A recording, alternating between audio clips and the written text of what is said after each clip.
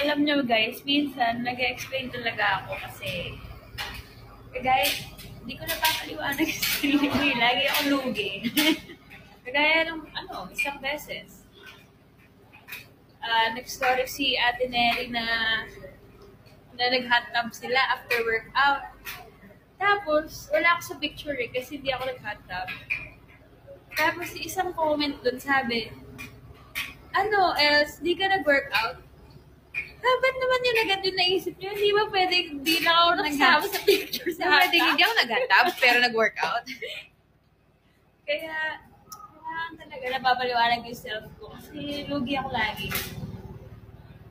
Alam niyo na. Kaya huwag kayong judgmental. May mga bagay talaga na gusto ko, hindi niya gusto. Gusto niya, hindi ko gusto. So, hindi lahat dapat parehas kami. Para si Toti, di ba? Lubog na lubog na. Kakalubog sa kanya ni Gemma dito. Hindi na niya napapaliwanag.